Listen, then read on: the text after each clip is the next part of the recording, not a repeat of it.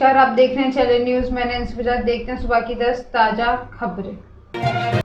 गुलाम नबी आज़ाद अभी कांग्रेस नहीं छोड़ेंगे। जम्मू कश्मीर में कांग्रेस कैंपेन कमेटी का अध्यक्ष बनाए जाने के 2 घंटे के भीतर ही गुलाम नबी आज़ाद ने इस्तीफा दे दिया। इसके बाद ये चर्चा होने लगी थी, क्या वह बीजेपी में जा रहे हैं, क्या वह अलग पार्टी बनाएंगे। हालांकि आज़ाद के एक करीबी ने साफ किया है कि फिलहाल कांग्रेस नहीं छोड़ेंगे, कांग्रेस में रहकर ही अपने बात उठाते रहेंगे। 73 साल के आज़ाद अपनी सियासत की आखिरी पड़ाव पर फिर प्रदेश कांग्रेस की कमान संभालने जा रहे हैं, लेकिन केंद्र नेतृत्व में उनकी बजाय 47 साल के विकास रसूल यानी को ये जिम्मेदारी दे दी है। वहीं गुलाम नबी आज़ाद के बेहतर करीबी हैं, वे बनिहाल से विधायक रह चुके हैं। चीनी स्पाइसशिप युवान वांग पास श्रीलंका पहुंचे। चीनी स्पाइसशिप युवान वांग पास मंगलवार सुबह श्रीलंका में हम्बनटोटा पोर्ट पर पहुंच गए। यहाँ स्पाइसशिप 16 से 22 अगस्त तक यहाँ रहेंगे। ये करीब 750 किलोमीटर दूर तक आसानी से निगरानी कर सकते हैं। युवान वांग पास सैटेलाइट और इंटरकॉन्टिनेंटल मिसाइलों को ट्रैक करने में सक्षम है। पहले इस चीनी शिप के 11 अगस्त को हम्बनटोटा पहुंचने की उम्मीद थी। जासूसी के खतरे को देखते हुए भारत ने इसे लेकर श्रीलंका के सामने विरोध दर्ज कराया था। दरअसल हम्बनटोटा पोर्ट में तमिलनाडु के कन्याकुमारी की दूरी करीब 451 किलोमीटर है। बावजूद श्रीलंका ने इसे हम्बनटोटा पोर्ट पर आने की अनुमति दी। अब भारत इसको लेकर अलर्ट पर है। इंडियन नेवी के शिप में मूवमेंट पर कड़ी नजर है। कल से 4 दिन बैंकों में नहीं होगा कामकाज। बीते 15 अगस्त से पहले बैंकों में एक साथ कई छुट्टियां पड़ी थी। वहीं 15 अगस्त पर भी बैंकों में कामकाज ना होने की वजह से कई लोगों के बैंक से जुड़े काम अटक रहे हैं। अगर आपका से निपटा ले, कल से फिर बैंकों की 4 दिन की छुट्टियां शुरू हो रही हैं। इसके अलावा इस महीने के बचे 14 दिनों में बैंकों में 8 दिन काम नहीं होगा। हालांकि ये छुट्टियां अलग अलग क्षेत्र के हिसाब से अलग अलग हैं। ऐसे में यहाँ देख लें कि आपके क्षेत्र में किस दिन आपको परेशानी का सामना ना करना पड़े। गुवाहाटी में 27 से 29 अगस्त तक लगातार 3 दिन कामकाज नहीं होगा। 27 को चौथा शनिवार, 28 फरवरी को रविवार, 29 अगस्त को श्रीमान शंकर देव की तिथि के कारण बैंक बंद रहेगा। ऐसे में लोगों को यहाँ परेशानी का सामना करना पड़ सकता है। एमएसपी कमेटी की पहली मीटिंग 22 को केंद्र सरकार की बनाए न्यूनतम समर्थन मूल्य एमएसपी कमेटी की पहली मीटिंग 22 अगस्त को हो गई। इसमें एमएसपी को प्रभावी बनाने पर विचार किया जाए। केंद्र ने 29 मेंबरों की कमेटी बनाई थी। हालांकि किसान आंदोलन करने वाला संयुक्त किसान मोर्चा इस कमेटी में सहमत नहीं है। उनके लिए 3 मेंबरों की जगह खाली है। उनके इस मीटिंग में हिस्सा लेने पर सस्पेंस बना हुआ है। संयुक्त किसान मोर्चा का कहना है कि इस कमेटी में उन लोगों को भी मेंबर बनाया गया है इससे विवादित कृषि कानूनों को समर्थन में थे। केंद्र सरकार की 3 कृषि सुधार कानूनों के विरोध में दिल्ली के सिंधु बॉर्डर पर 373 किसान आंदोलन चला। खत्म करते वक्त सहमति बनी थी कि केंद्र सरकार एमएसपी कमेटी बनाएगी। किसानों की मांग की थी कि ये कमेटी एमएसपी की लीगल गारंटी देने के लिए बनाई जाए। केंद्र ने 29 मेंबर कमेटी बना दी। इसमें 3 मेंबर शामिल करने के लिए एसकेएम ने नाम मांगे गए थे, लेकिन उन्होंने नहीं दिए। केंद्र ने अपने 26 मेंबर शामिल कर एसकेएम के 3 नामों की जगह खाली छोड़ दी।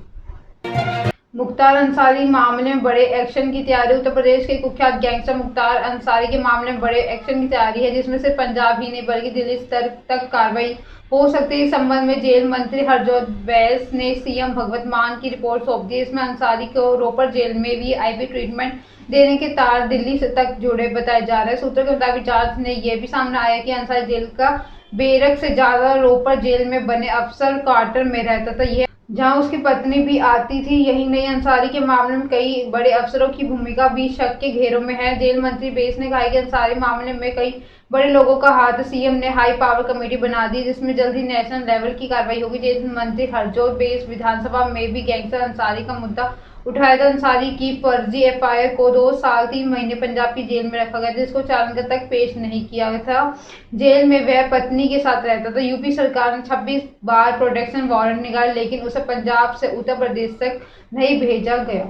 अंबाला कैंट एयरफोर्स एरिया में दिखा ड्रोन। हरियाणा के अंबाला कैंट में एयरफोर्स एरिया में संदिग्ध ड्रोन उड़ता दिखाई दिया है। इस घटना के बाद सुरक्षा एजेंसियां अलर्ट में हो गई हैं। वही सुरक्षा एजेंसियों ने आसपास के एरिया में सर्च अभियान भी चलाया। इतना ही नहीं, एयरफोर्स व अंबाला पुलिस ने इनके इलाके में गश्त भी बढ़ा दी है। Wing commander station security officer PP Srivastava ने बताया है कि एयरफोर्स स्टेशन को 3 किलोमीटर के एरिया में ड्रोन उड़ाना वर्जित है, लेकिन 15 अगस्त को सुबह 7:45 डोमेस्टिक एरिया में ड्रोन उड़ता दिखाई दिया। ड्रोन एयरफोर्स एरिया में होते हुए Jagadhri road, main guard room, military dairy, farm house होते हुए धूलकोट की ओर निकल गया। ये ड्रोन भूरे रंग का था। श्रीवास्तव ने बताया है कि इससे पहले भी 13 अगस्त को सुबह 6:12 लाल रंग का ड्रोन एयरफोर्स गुरुद्वारे के पास स्टेशन के चार दीवारी में लगभग 500 मीटर दूर उड़ता हुआ दिखाई दिया था।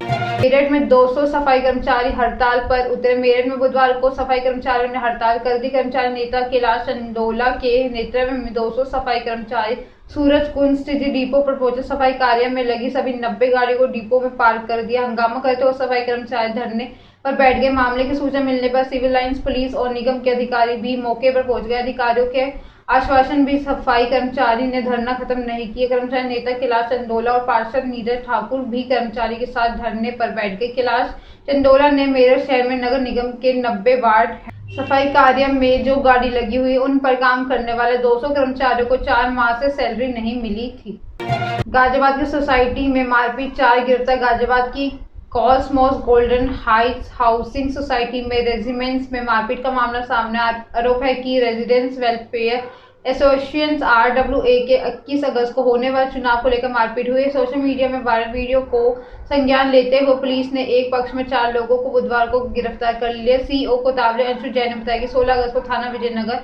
क्षेत्र अंतर्गत कॉस्मोस सोसाइटी में RW चुनाव होकर 2 पक्षों में मारपीट की घटना हुई। इस प्रकरण में आकाश भूषण की तहरीर पर मुकदमा दर्ज कर 4 लोगों को गिरफ्तारी हुई है। सुप्रीम कोर्ट बोली, फीफा से बात कर बैन हटवाई केंद्र। सुप्रीम कोर्ट ने इंडियन फुटबॉल फेडरेशन AIFF पर फीफा की ओर से लगाए गए बैन को हटवाने के निर्देश दिए। बुधवार को सुप्रीम कोर्ट ने हुए सुनवाई में कोर्ट ने कहा है कि सरकार को बैन हटाने के लिए इस पर काम करना चाहिए। वहीं सरकार की ओर से पक्ष रखते हुए कहा गया है कि सरकार अपनी ओर से पूरी कोशिश करेगी। वे सुप्रीम कोर्ट सोमवार को फिर से इस पर सुनवाई करेंगे। दरअसल दुनिया भर में फुटबॉल संचालित करने वाली संस्था फीफा ने भारतीय फुटबॉल संघ AIFF को मंगलवार को बैन कर दिया था।